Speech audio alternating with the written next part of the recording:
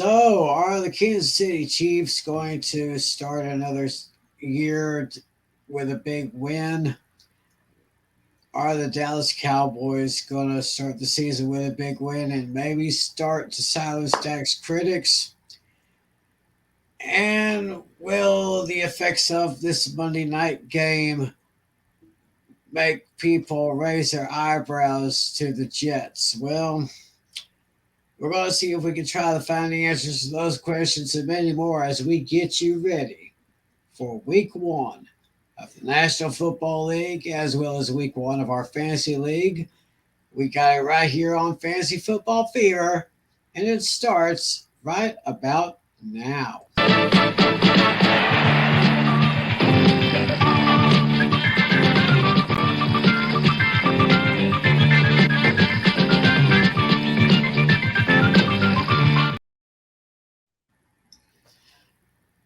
What's up, everybody? We have arrived.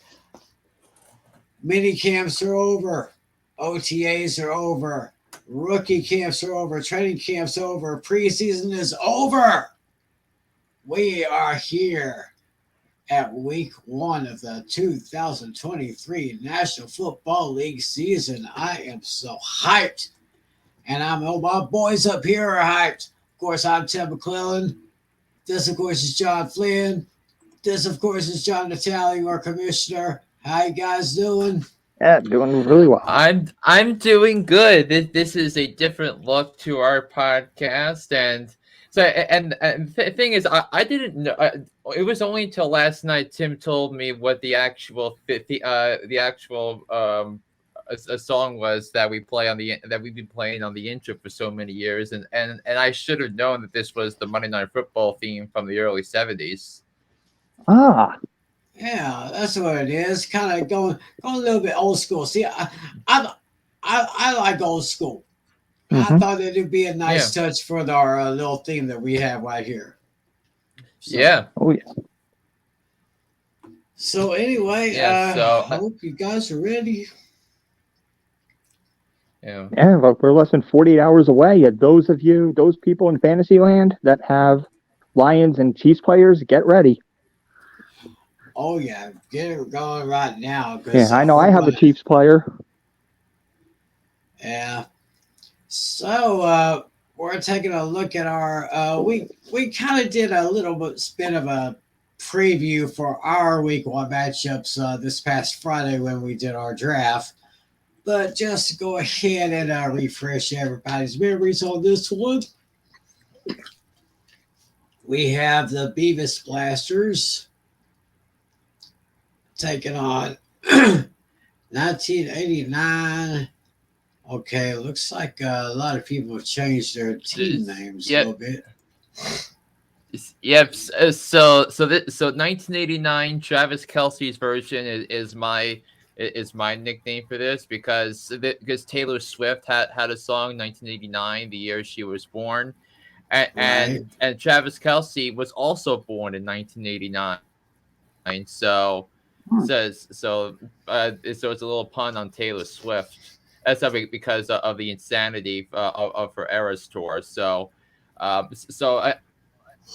recap some of what we have, so I have Trevor Lawrence starting, Travis Etienne, Miles Sanders. My wide receivers are Hill, Smith, Kelsey's my tight end, which is a big question mark. Godwin, Okereke is my defensive player. I have the Browns defense. Evan McPherson's my kicker. While Dino's got Herbert, Henry, Williams, Kupp, Samuel, and Njoku, Evans, Crosby, the Ravens defense, and Greg Zuerlein as his kicker. And right now I'm projected as a 13-point victor. All right then.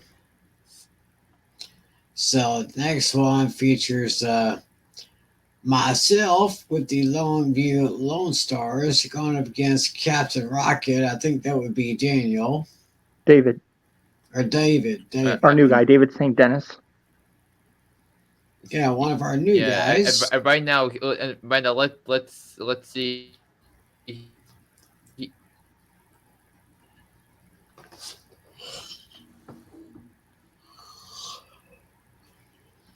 Yeah. Let's wait for this to Yeah, show screen up jumping is a here. little. Yeah. Screen jumping is showing like Flynn on the big projector. Yes. So so he's got Deshaun Watson. He's got Justin Jefferson. You've got to go up against. Yeah. So Tim is certainly going to have his hands full. He has Amon-Ra St. Brown in his flex. I mean, my goodness, he's really got it going on at the wide receiver position. Yeah. And If I'm able to make a change or two, I just might. This is crazy. In real life, Tim has to root for CeeDee Lamb, but in fantasy world, he has to root against him. Yeah. And guess who? And guess who drafted CeeDee Lamb in his other fantasy league tonight? Me. Uh-huh. Yeah, and then you have your options in right over there with Gabe Davis and your choice between Joe Burrow and Jalen Hurts as your quarterbacks. Yeah. So anyway, I think we should now go on to so now we have Natalie and Lucas. So here's a look at the current lineups right now. Starting with you, Natalie. That is not my roster. Everything went all glitchy. It is a little glitchy. Yeah, that's not our rosters. I don't think. So, but right now you have. Yeah, that did not sound right at all because my connection is not great right now. But right now the tally is right now trailing his matchup 133.5 to 149.6. But I know Lucas has a very good team, and I want to showcase the steps you have to take for that.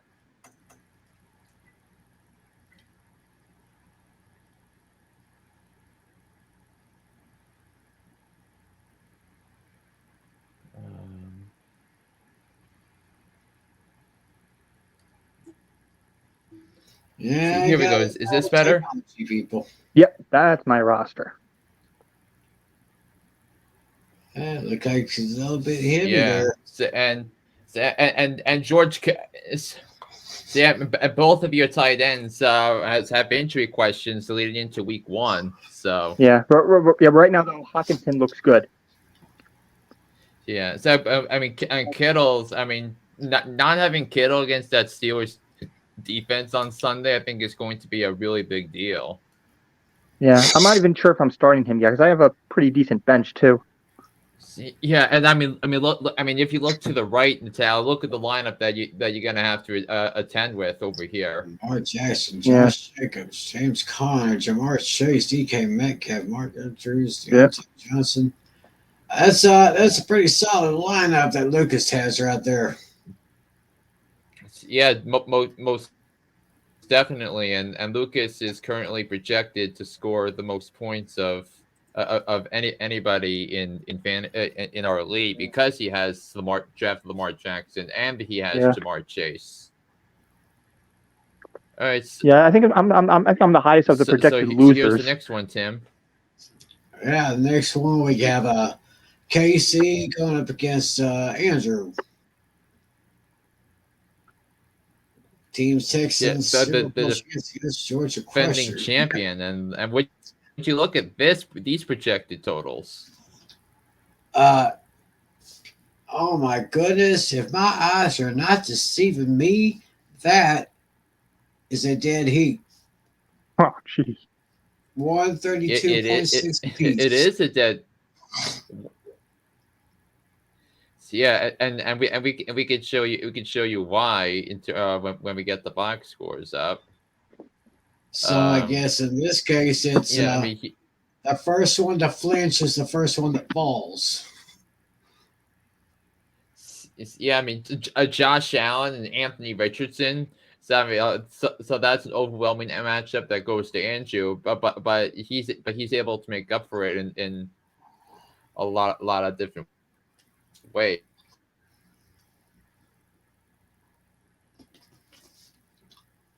Yeah. So right now it's even. Mm-hmm. So while Casey has standouts like Stephon Diggs and T. Higgins and Cole Kmet, Kenneth Waller. On the other side, Andrew's going to have Chris Olave, Christian Watson, Kyle Pitts, and Brandon Ayuk. So, yeah, that's going to be interesting right there. I mean, I'll be crazy if this thing ends in a tie. I mean, it's right now projected a tie. I mean, so if it, I mean, crazy. and then we got our friends Adam Oliver and Alex Putnam going head to head. Mm-hmm.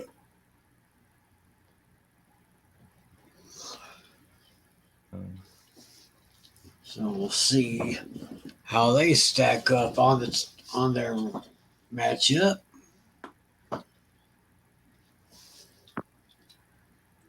Ugh. Yeah, and so here's him. Woo. Okay, so 145.0 to 131.5. Adam right now has the advantage with Patrick Mahomes, Joe Nixon, Garrett Wilson, DJ Moore. He's Tyler Lockett, very good receiver with the Seahawks. Ron Eckler, Woquan Smith from that Baltimore defense. He's got the Cowboys defense and special teams, which could be really improved this year with the addition of Stephon Gilmore. Mm-hmm. And also you have the playmaking abilities of Trayvon Diggs and Micah Parsons still there. So that's the reason why I drafted the Cowboys defense in my other league tonight, because I think they're going to be a monster force in the NFC this year. Oh, absolutely. Yeah, I had them last year. Yeah, and they were terrific. Mm-hmm. Yeah, so Putnam has Daniel Jones as his quarterback, Pollard and Gibbs as his running backs, Devontae Adams, Jalen Waddle as his receivers, Pat Fryermuth is tight end, Keenan Allen as a flex. I could see that. Mm-hmm. And Aiden Hutchinson for the Lions, defensive end. Got the Dolphins, special team defense, and Younghoe Koo. Younghoe Koo. Yes. So I think that's where we are in terms of that. So Tim and I talked about this and like what changes we're going to make for the podcast this season, because this is a fantasy football podcast after all, and so I think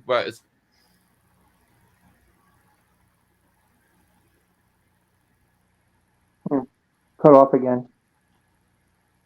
I think our man has frozen up a little bit. Well, I guess what Mr. Flynn was trying to say is that we're wanting to kind of bring in some more fantasy statistics into our NFL matchups for the week. Like if you want to kind of see how everyone's ranked and how many fantasy points they're going to be expecting to earn.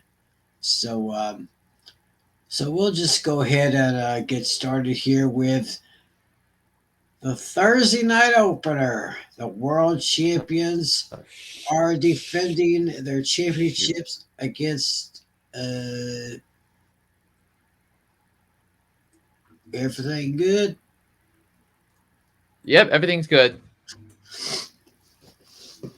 As I was saying, the world champions defending their title against one of the very strong teams to look at this year, the Detroit Lions.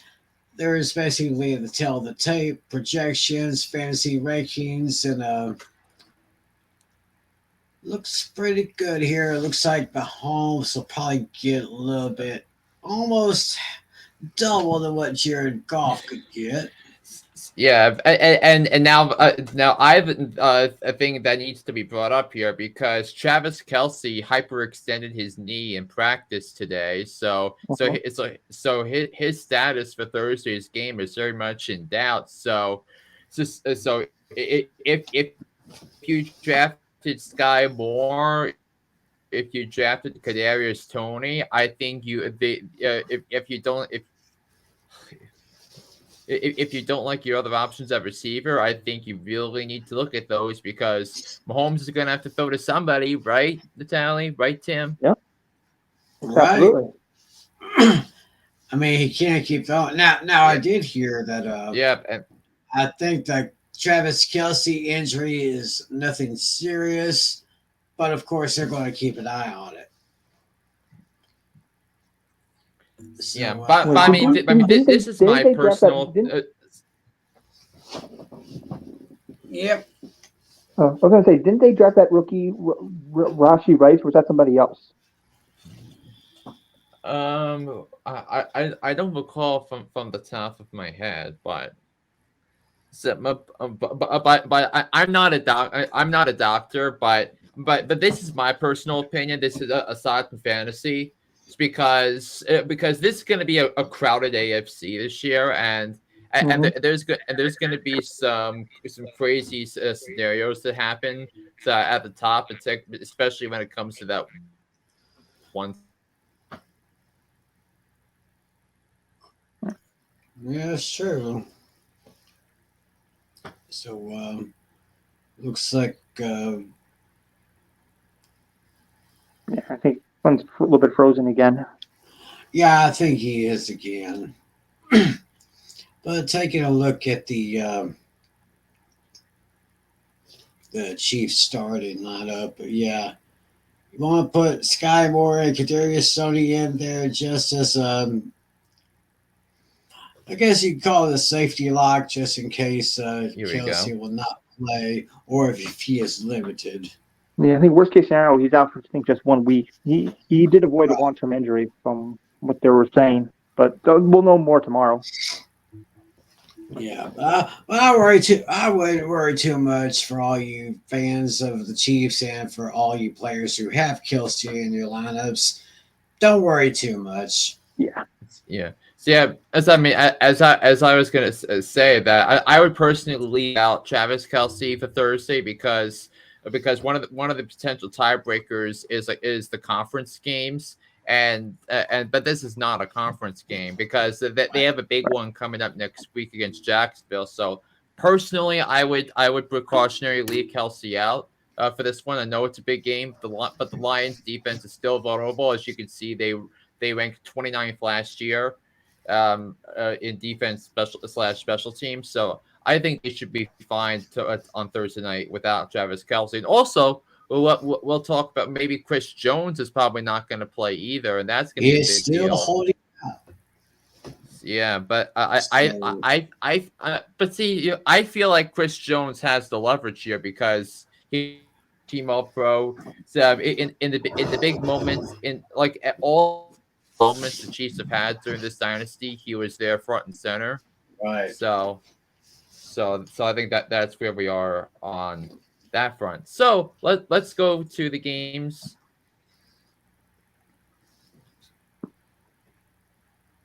Yeah, we'll go to On the Sunday. next. Listen here. Starting with the Carolina Panthers and the Atlanta Falcons, a nice NFC South Division matchup right here.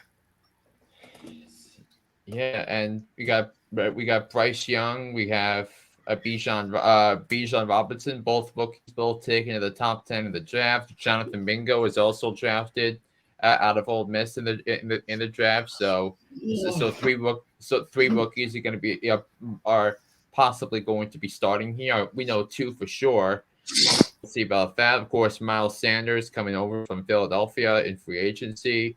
And so Chuba Hubbard had a big role on the offense after the Christian McCaffrey trade, and we wonder who might be a bell cow if Bijan Robinson goes down.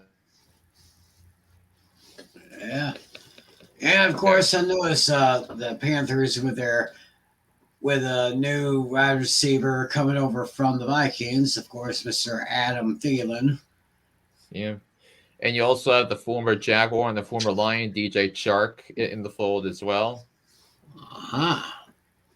Hayden Hurst comes over from Cincinnati, so this is a completely different offense than the one that they fielded out with Right. Matt Rule last.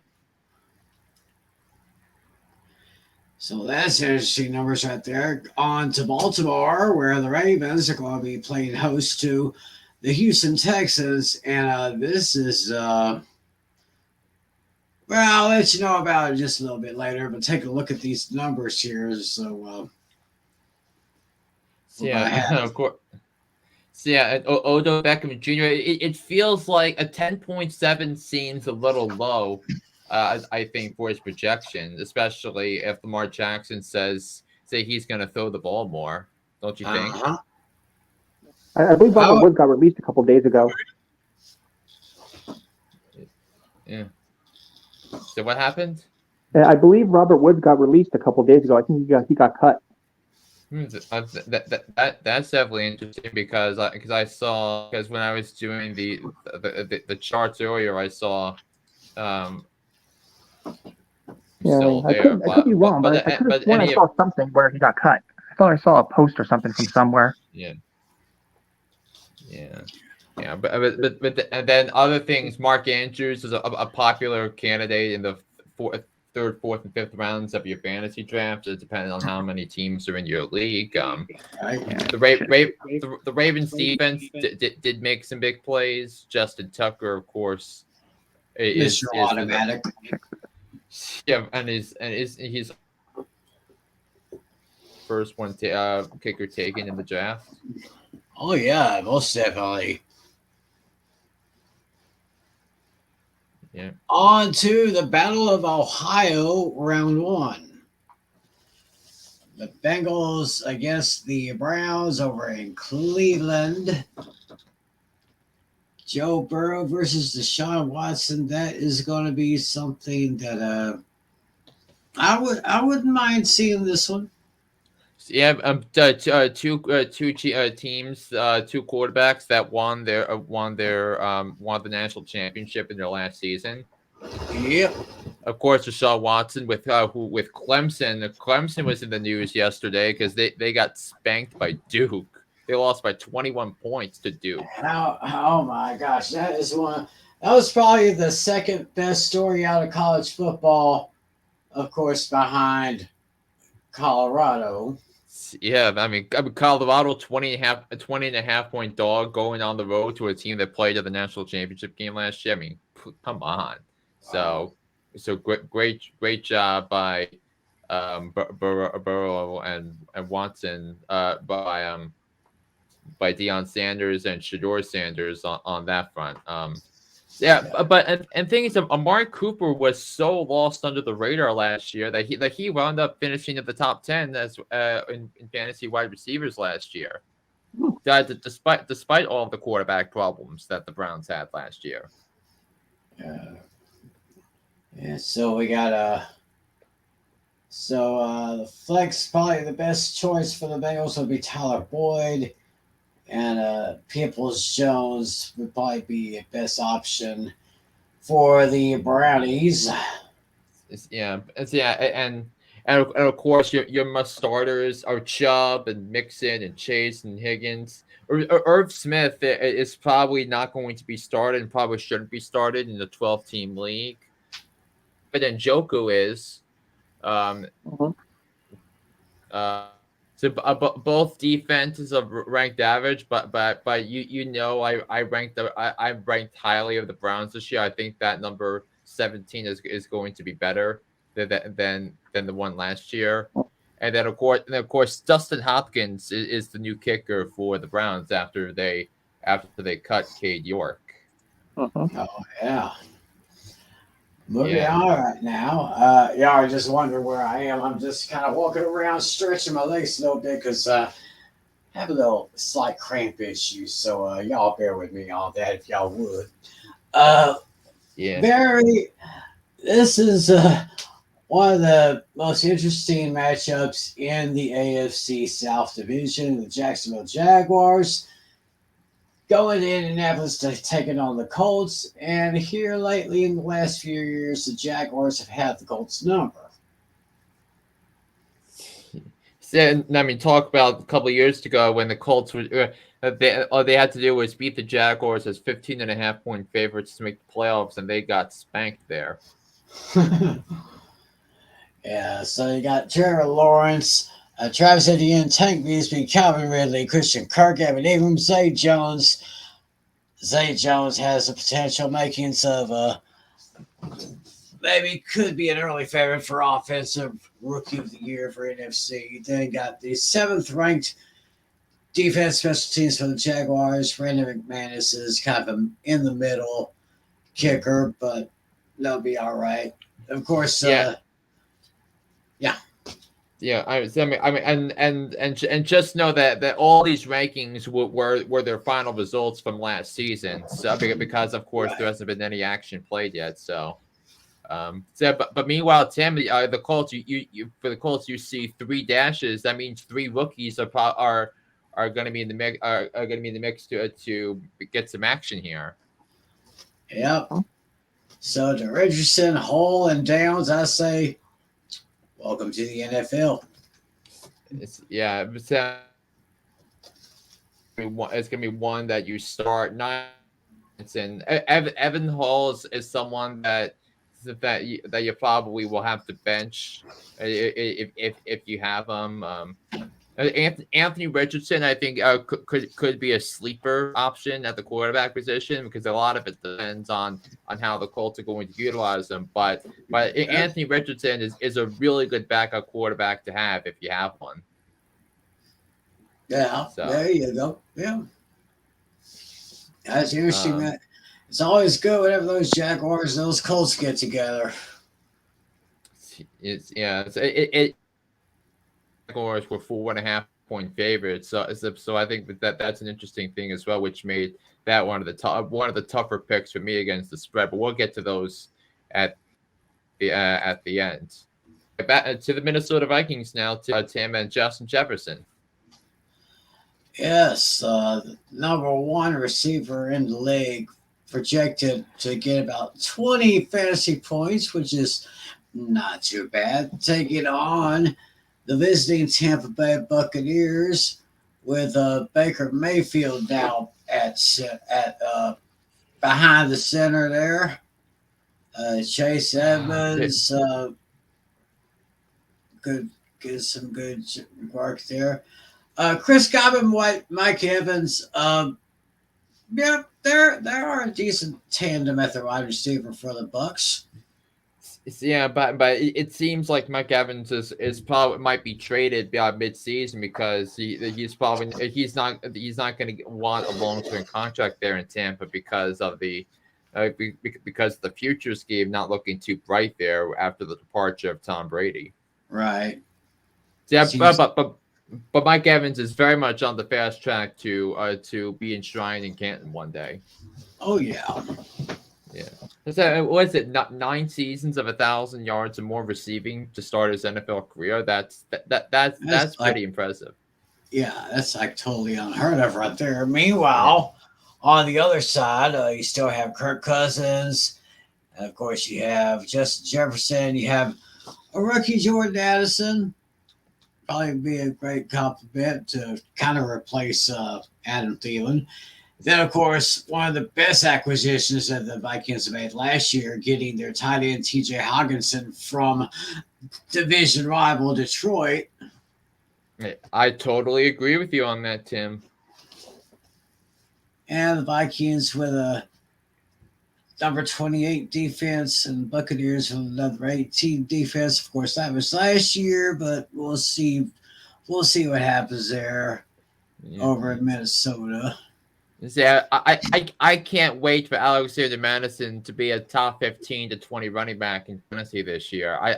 Because the Vikings have an underrated offense, taking over the reins from Dalvin Cook, and we saw a couple of years ago what Madison can do as a 3-down back, and the results were pretty darn good. Very good, very good. Now we go to going to the Big Easy, New Orleans, where the Saints will be at home, taking on the Tennessee Titans.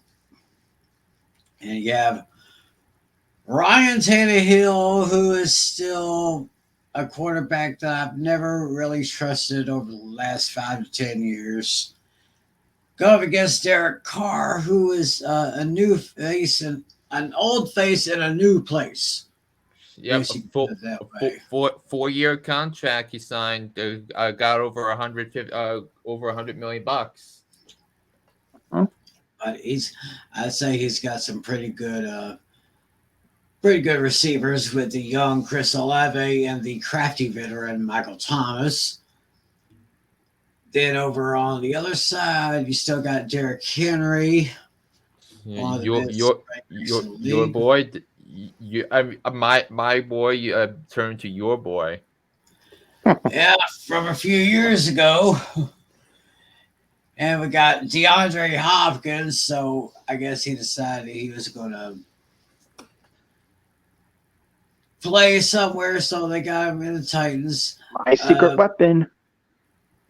Secret weapon right there. Yeah, but I disagree with Hopkins this season because the thing that held me back from drafting Hopkins was that his quarterbacks the last 6 years have been Deshaun Watson and Kyler Murray, and that to Ryan Tannehill, who is even the most overpaid quarterback in the NFL. Not feeling too great about that one. Nope. Yeah, I think one other thing to note is I think Alvin Kamara will take over number one, right? Once Jamal Williams comes back from suspension, right? Yeah, so Alvin Kamara was suspended for an incident that happened during the Pro Bowl a couple of years ago, and so that's the story on when it comes to him. So I mean, Chigoziem Okonkwo is going to be a sleeper at the tight end position this upcoming season. So I think if you really desperately need a starter at the tight end position, and if he's available, say if you're a Travis Kelce fantasy owner like me, and he's available via agency, to definitely go ahead and take him because it's probably going to be a script. The game script is probably going to be Tannehill checking down to Okonkwo. Oh, that'll be interesting how that works. A very interesting matchup there in New Orleans right now. And Juwan Johnson not a bad pickup as well. So each of them projected at 8 points. All right, so take a look at those young guys, see how they do this year. Where are we going now? Where are we going now? Here we go. Yes, the battle of two of the greatest franchises in league history. The team of the 80s versus the team of the 70s. And you got some young guys starting at quarterback with Kenny Pickett and Brock Purdy. It's just amazing how Mr. Irrelevant was able to take those 49ers. What was it, 8 wins in a row to end the regular season?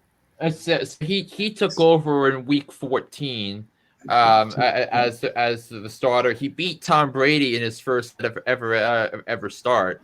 Believe it or not. I mean, Tampa was fried anyway. But he won his last 5 games of the season to get the 49ers to the 2 seed. Then he blew out Seattle, got by Dallas before he he got hurt against Philadelphia, but he has since come back and is going to start week number 1 for the 49ers against a very tough Pittsburgh defense. Yeah, but I mean, that Pittsburgh defense may be tough, but that 49ers defense is pretty tough as well. And I mean, I'd say, of course, you got Deebo Samuel, Brandon Ayuk, probably one of the best tandems for receivers in the league right now. Not to mention, of course, George Kittle. But Kittle is a little bit questionable if he will start or not. But whenever he's healthy, you better get someone to cover that guy, otherwise he'll smoke you. You're gonna be right about that. And then in terms of yours, Najee Harris definitely has some bust potential this upcoming season, but if he's he's a low end RB1, high end RB2, so in 10 to 12 team leagues, so you could take that for what it's worth, and then get the Pickett to Pickens connection. I think is going to be something a sight to behold this season, because both are entering year 2. Kenny Pickett from Pitt and George Pickens from Georgia. How the Steelers were able to get both of them in the draft, I don't know, but that's going to be something I think Steelers fans are really going to enjoy this upcoming season.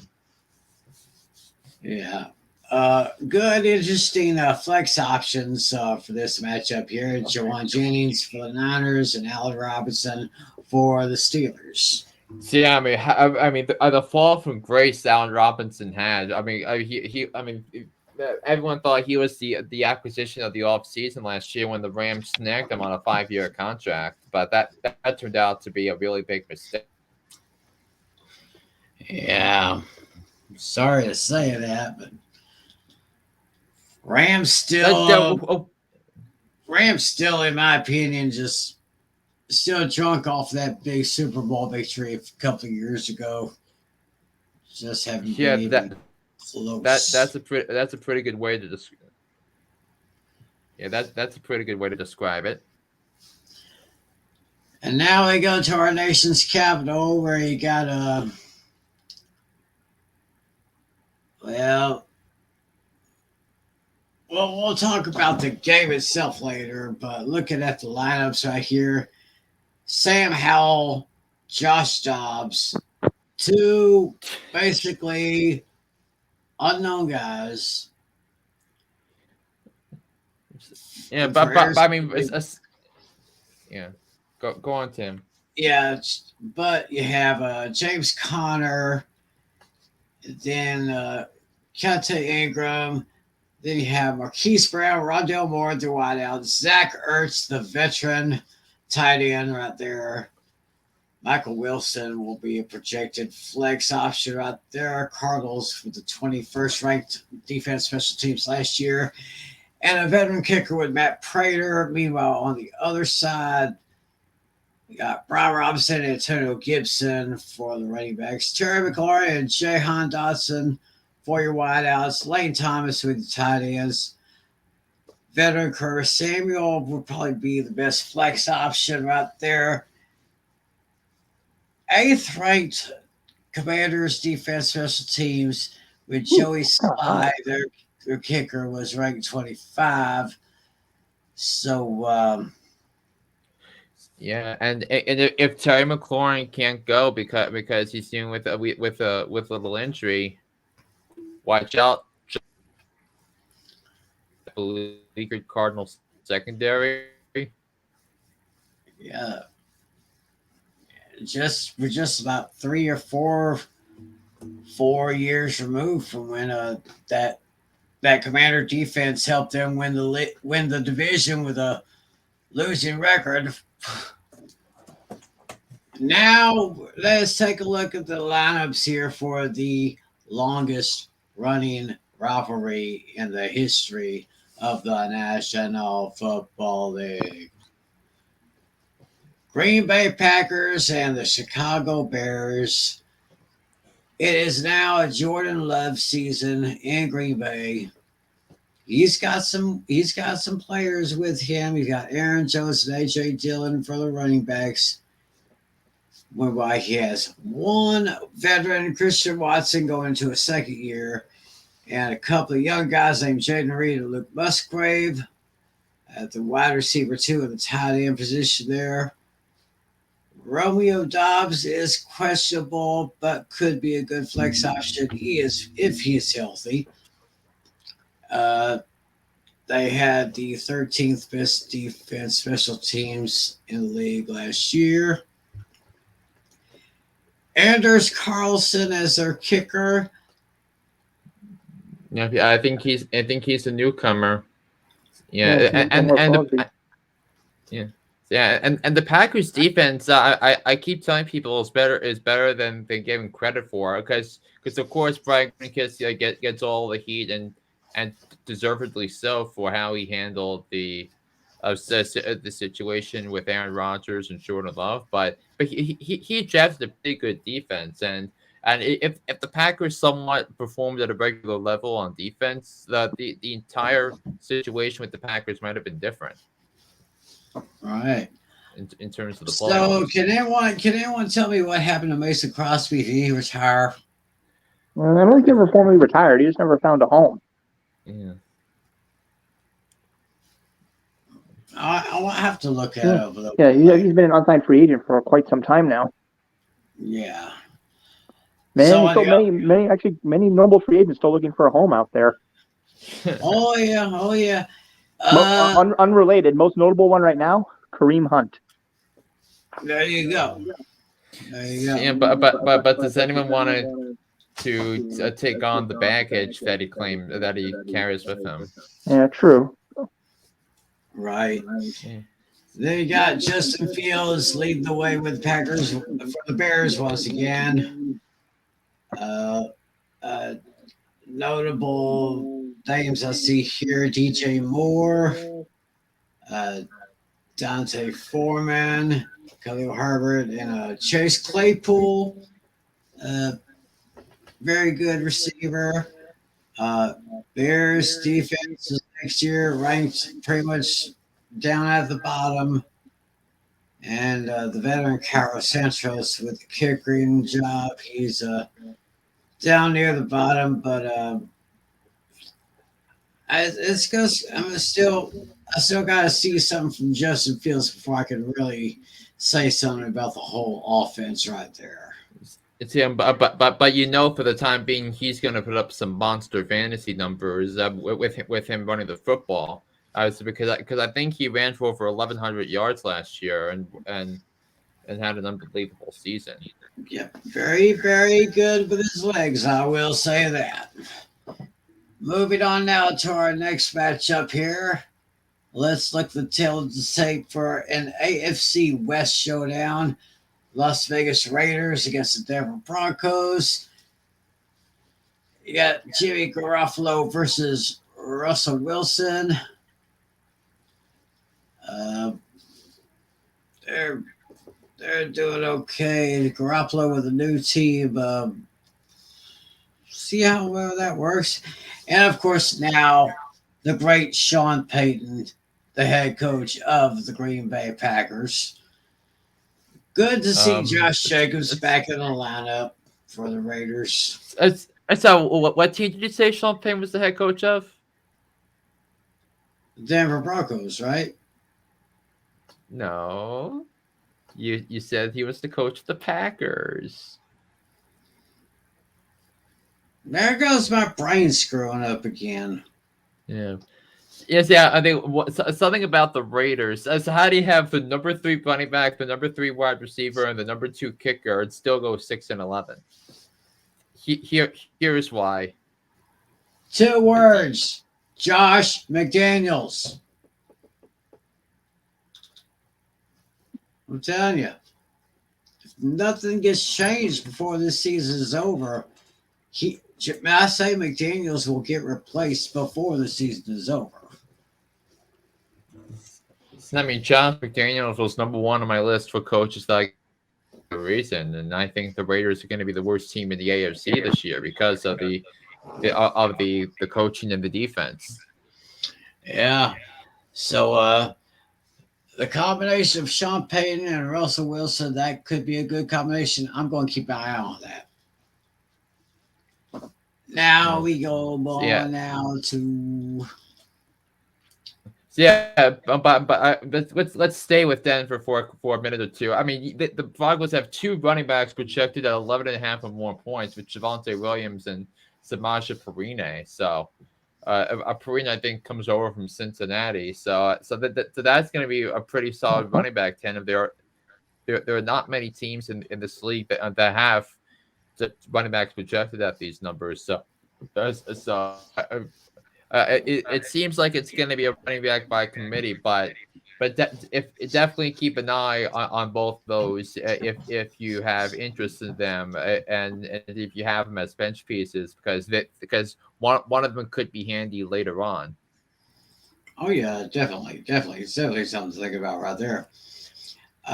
Going to Los Angeles at SoFi Stadium, where the Chargers will play host to the Miami Dolphins.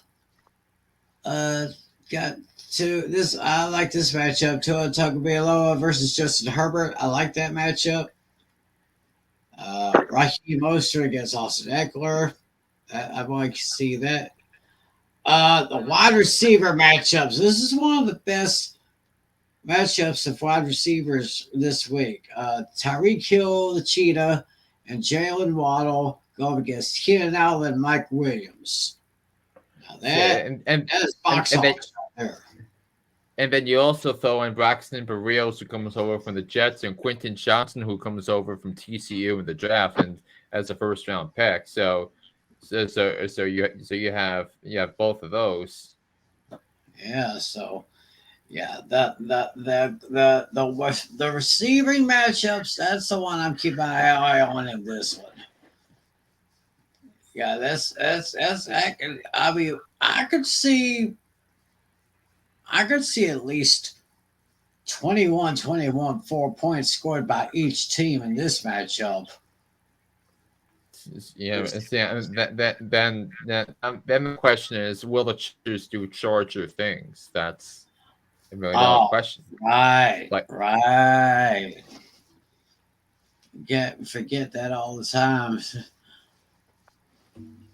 Now we go to Foxborough, Mass, to the big Razor Blade Gillette Stadium.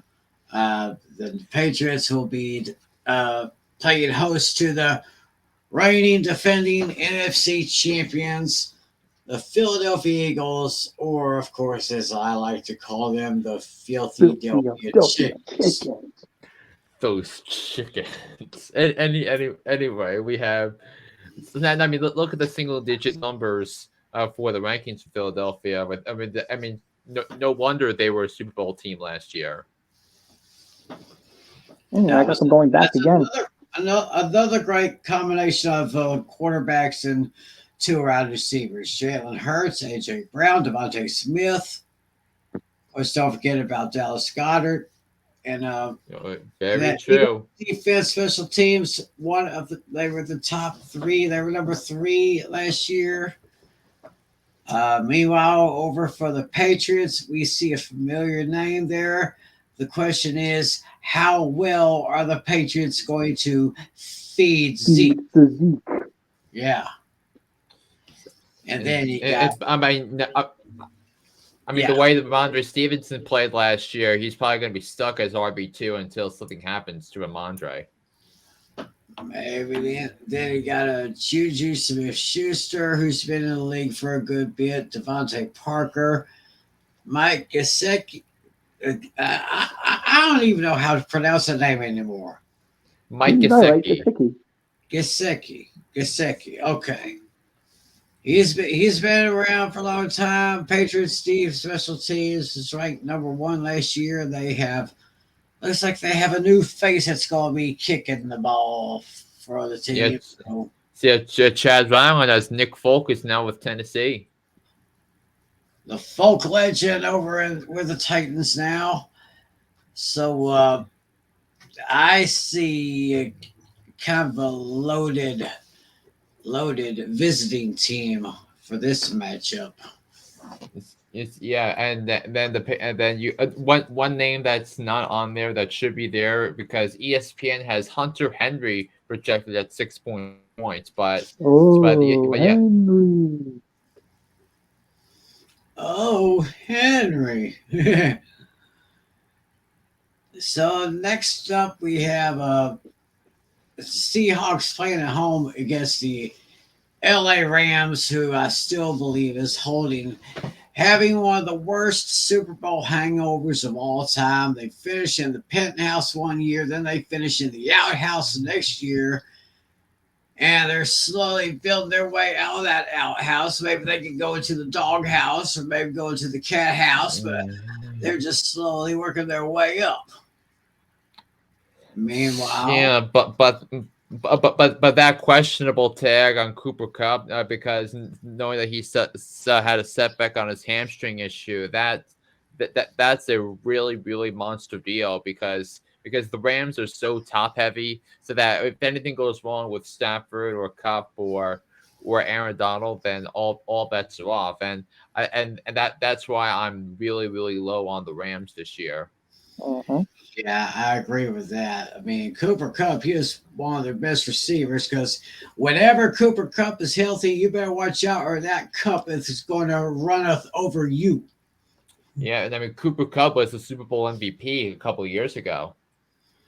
Oh, he definitely was. Definitely was. Looking over at Seattle's lineup, see the veteran Geno Smith, Kenneth Walker III, Zach Charbonnet, DK Metcalf, Tyler Lockett, still another one of my favorite receiver tandems in the league.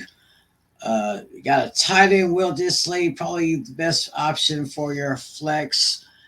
Uh, Seahawks defense ranked 12th last year, while the Rams defense was ranked 25. Uh, And the Digbo wasn't on here, but he's injured. equal kickers with Brett the Fretmacher and Jason Myers, both ranked number 2. So Yeah, so they were tied for second last year.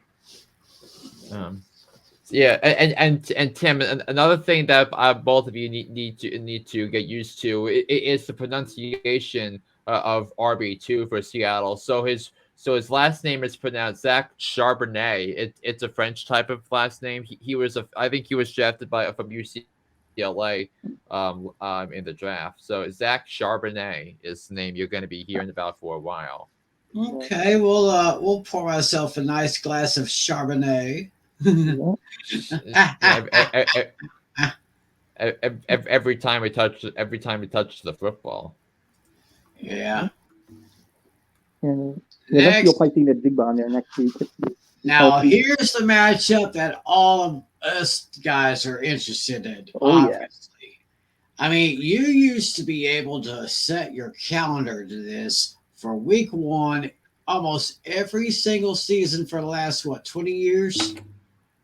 Well, I think you're exaggerating a little bit, but it was very often that the Cowboys and Giants would play each other in week 1 of the NFL season. That it usually a Sunday night football game, usually in Big D. But we have it again this year. But this time the game is at MetLife Stadium on Sunday night. That's right, MetLife Stadium. Okay, looking at my team, Dak, pretty much an average quarterback. This is his make or break year. Then, of course, with the departure of Zeke Elliott, got Tony Pollard as RB1, number 8, ranked. RB2. Oh, RB2 is the rookie Rico Dowdle. That kind of surprises me a little bit because it does surprise me because I was making this list and checking it twice, and I gotta find out if I'm Rico or Deuce for that third spot here, but it turned out to be Rico Dowdle. So but Deuce Vaughn does have his projection was like 3 or 4 points, so he didn't make the cut. Well, just give him a little bit more time. The wide receiver positions, we got CeeDee Lamb, and we got Brandon Cooks brought over from the Houston Texans. Fabulous trade, by the way. I think it was a great pickup right there. Uh, Jake Ferguson going into his second year as our tight end, and of course I can also say about it, Jake Ferguson's backup, Peyton Hendershot. Both those guys contributed very well last year. Best flex option would be the wide receiver 3 position, Michael Gallup. And the Cowboys good flex defense option is in going to be general. ranked number 2. I'm going to tell you right now, another great acquisition, Stephon Gilmore. I mean, you've got Stephon Gilmore at one side, you got Trayvon Diggs on the other side. You still got Michael Parsons. You still got Dante Fowler. You still got DeMarcus Lawrence. You still got Donovan Wilson. That awesome defense is going to be stout once again. I'm telling you, Dan Quinn has done such a great job with that defense. And we have a young man named Brandon Aubrey, a rookie kicker. We'll see how he does here. So let's talk about the Giants. Go ahead. All right, Natalie, take it away. Yeah, I love where Daniel Jones is. Very much improved. Yeah. I think he's going to have a pretty much roughly the same year as last season. He'll lead the team to the playoffs for the second year in a row.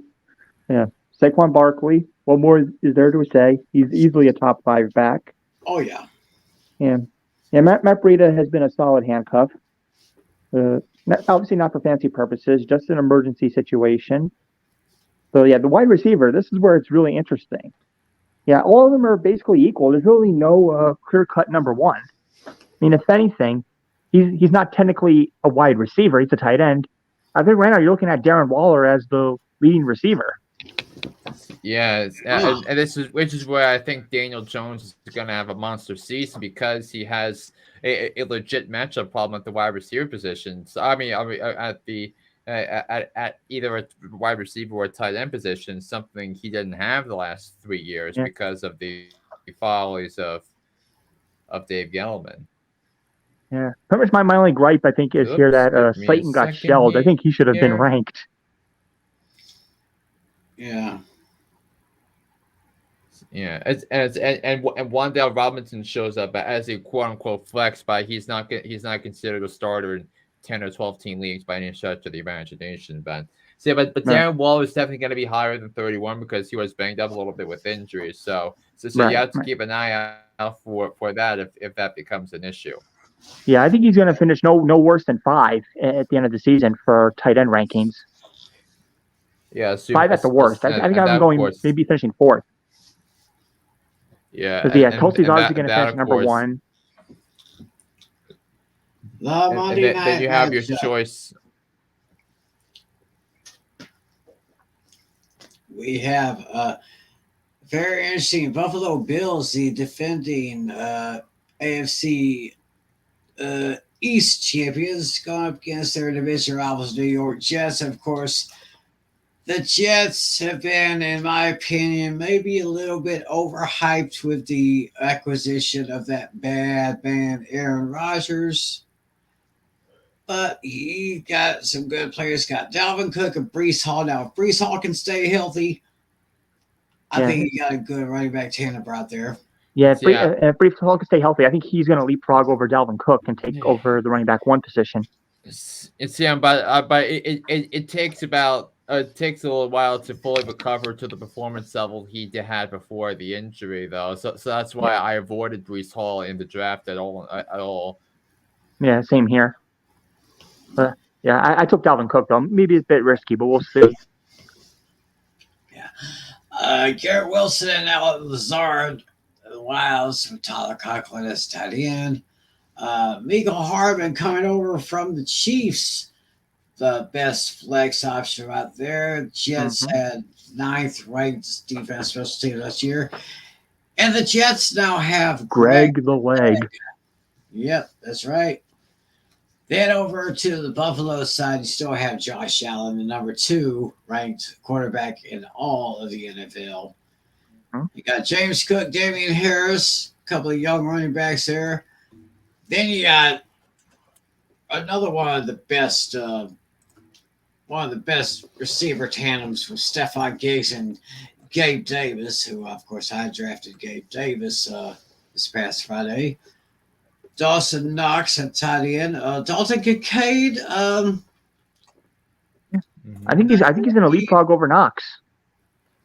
See, yeah, I think it's gonna be interesting because remember the Bills drafted at 25, and Brandon Beane said in an interview that he thought the Cowboys were going to take Dalton Kincaid with the 26th overall pick. So that's why the Bills leapfrogged the Jaguars because they wanted their guy.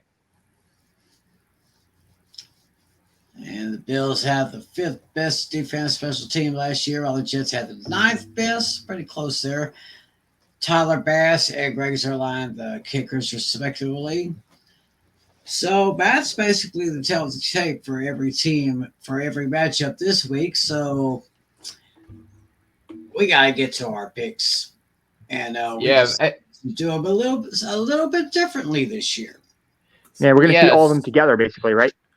Yeah, and so before we unveil the picks, because I'm going to tell you from the mouth of how everybody did last year, because we did not give you an update after the Super Bowl, so I had to re-listen to the Championship Sunday and Super Bowl pick show to get you where they at. So.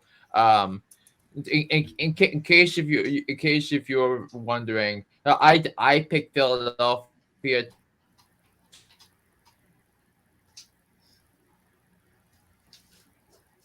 straight up.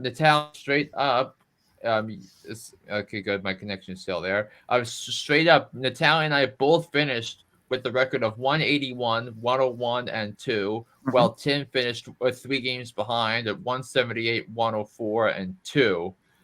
And then against the spread, Tim was 136, 141, and 7. Natalie was 132, 145, and 7.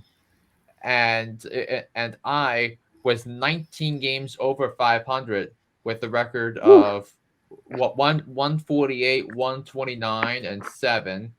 And this was the point. And at one point, I was at 60 and 60. So I wound up going on a run where I went like 88 and 69 over the last 10 weeks of the season. So you can take that. Definitely not my specialty. Yeah. So Tim's, you sent me your picks. Natalia, you sent me your picks, and now since you guys don't know where everybody else stands. Voila, here we go. So here are the picks for week number 1. Natalia and Tim agree on every single game in terms of the winners and losers. I can't stress enough how much I love the Panthers to upset the Atlanta Falcons. I mean, I love the Browns plus 2.5 over the Bengals this year.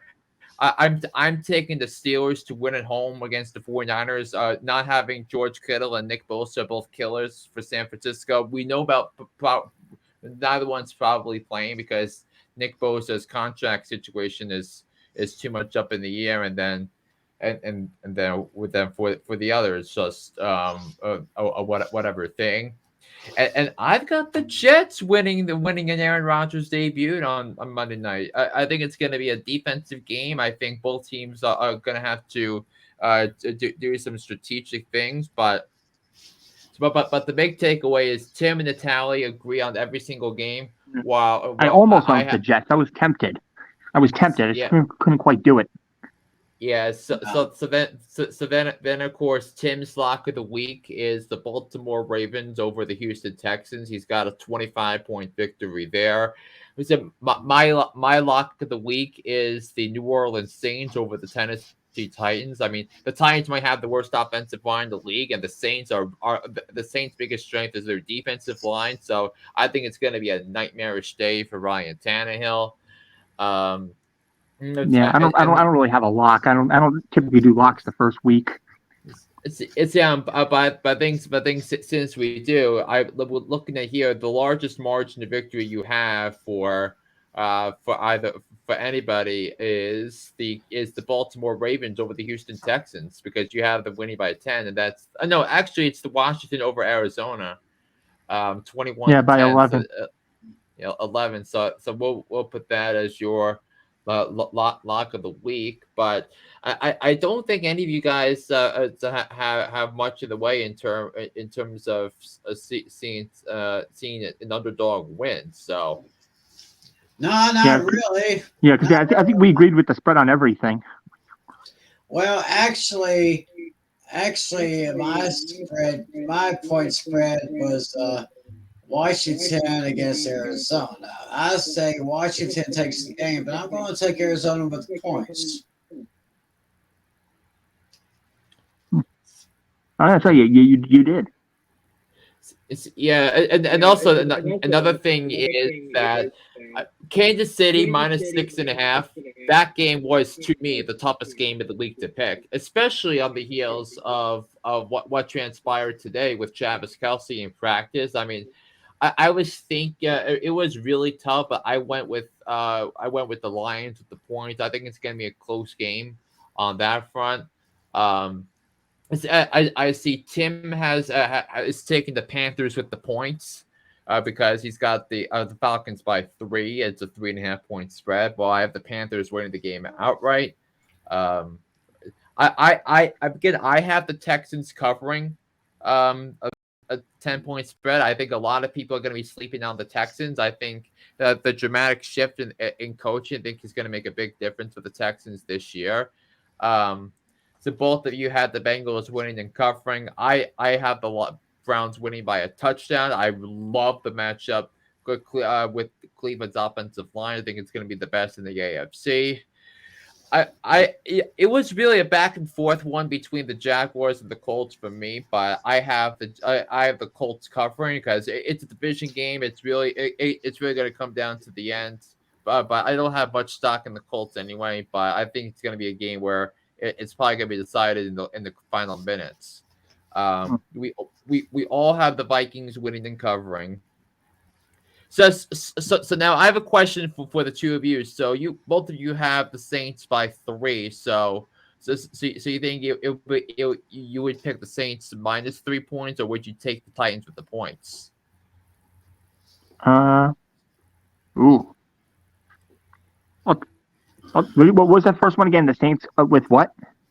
Yeah. So you think Saints are minus 3 or Titans plus 3? Which one do you think is more likely to happen? Because I want to put that down for your spread pick, for your pick against the spread. I'll take the Saints with the points. Yes, Saints to win and cover, and Tim. Yeah, same here. Yeah, so all of you will have the Saints winning and covering. So, of course, I have the Steelers because this feels like a game where Mike Tomlin's going to get his guys ready on that front. But both of you have San Francisco winning and covering. Natalie and I agree with Washington winning and covering. Tim has is grabbing the points with Arizona. We all have the Bears winning and covering. We all have Denver winning and covering. We all Natalia and I have the Chargers winning and covering. Tim is taking the backdoor cover with the Dolphins here. So Tim and I agree. Well, the spread with the spread with the Eagles. Natalie is good. And Natalie also has the Eagles winning the covering as well. Yeah, just barely, I believe. Yeah, by 0.5 point. So Natalia and I both have Seattle winning and covering. Seattle. Tim is grabbing the points with the Rams.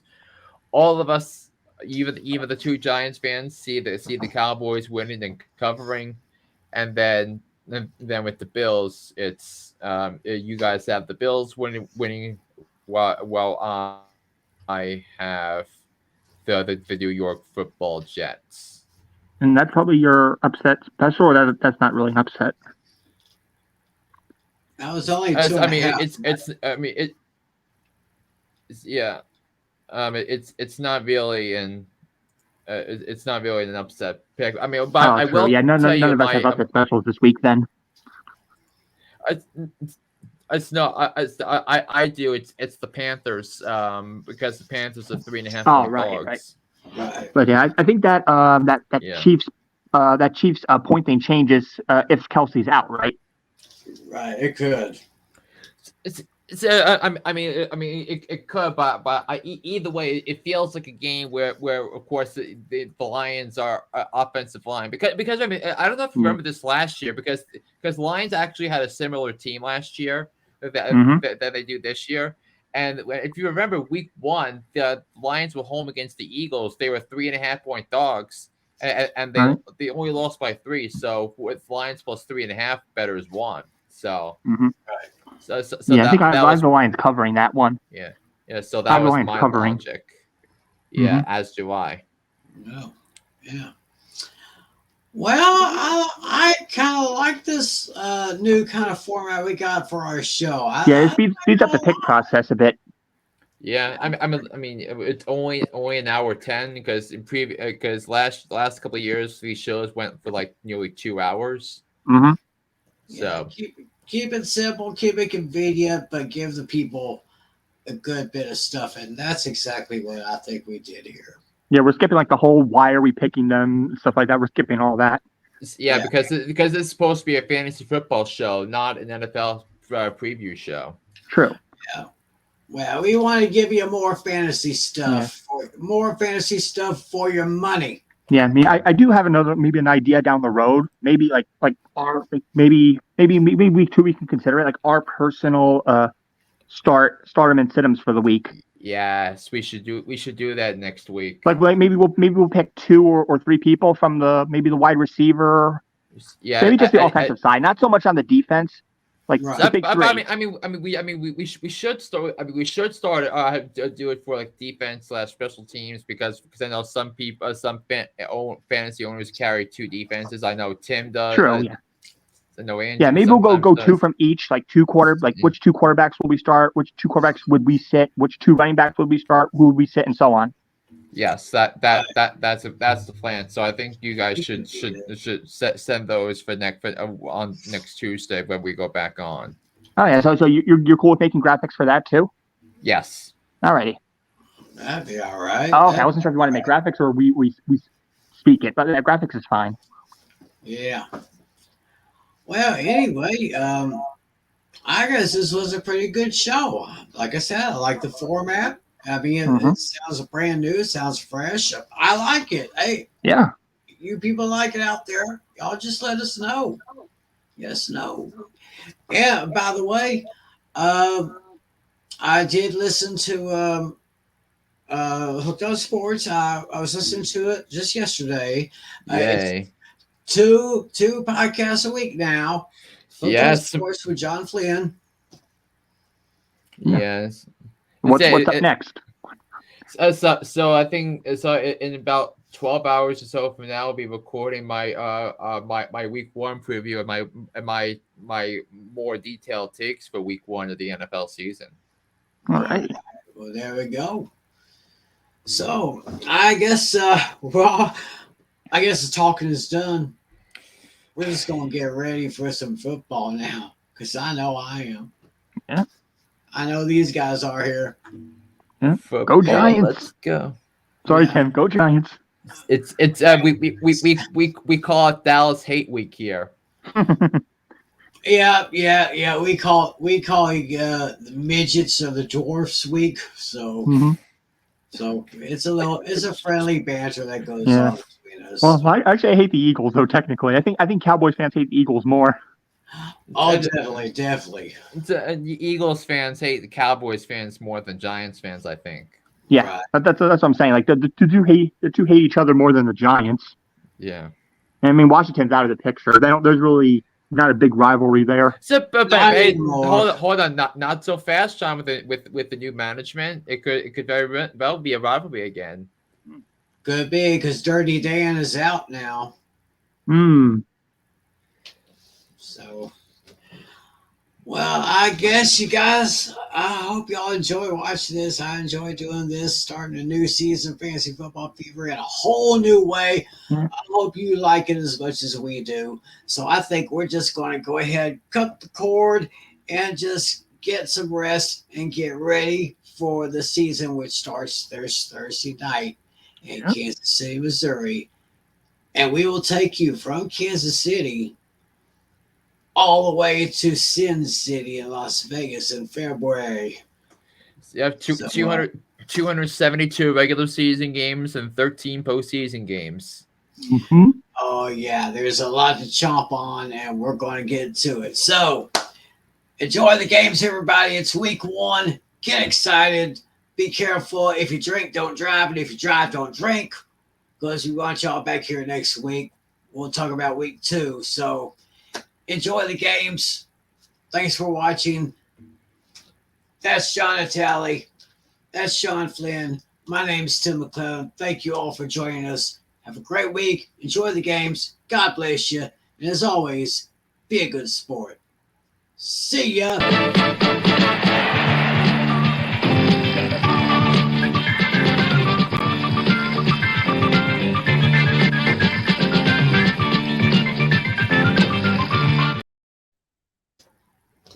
Nice. Boom.